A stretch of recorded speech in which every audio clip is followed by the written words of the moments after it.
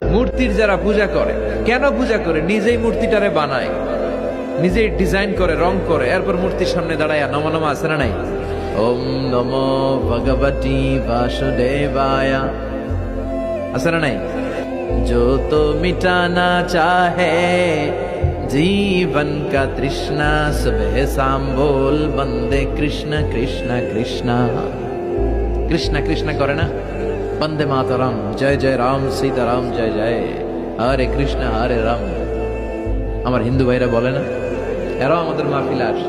এই যে আপনারা বলেন, একটু ভেবে দেখেন, উনি বানাইলো এই মূর্তিটারে, উনি বানালো, বানায় এবার উনি আবার ডাকে খোদা খোদা, আছে না নাই? তো ওইটা কেমনে আমনের খোদা? আমনে না ওইটার খোদা? যে যেটারে বানাইলো সেটার খোদা না? বুঝে শুনে উত্তর দিন। আমি কাদামাটি দিয়ে একটা মূর্তি বানাইলাম, তো এই মূর্তির স্রষ্টা আমি না আমার স্রষ্টা এটা? এটারে বানাইছে কে?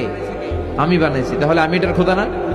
একটু আকল খাটালেই বোঝা যায়। সাইয়েদনা ইব্রাহিমের মাথায় ধরে না। ঘটনা কি?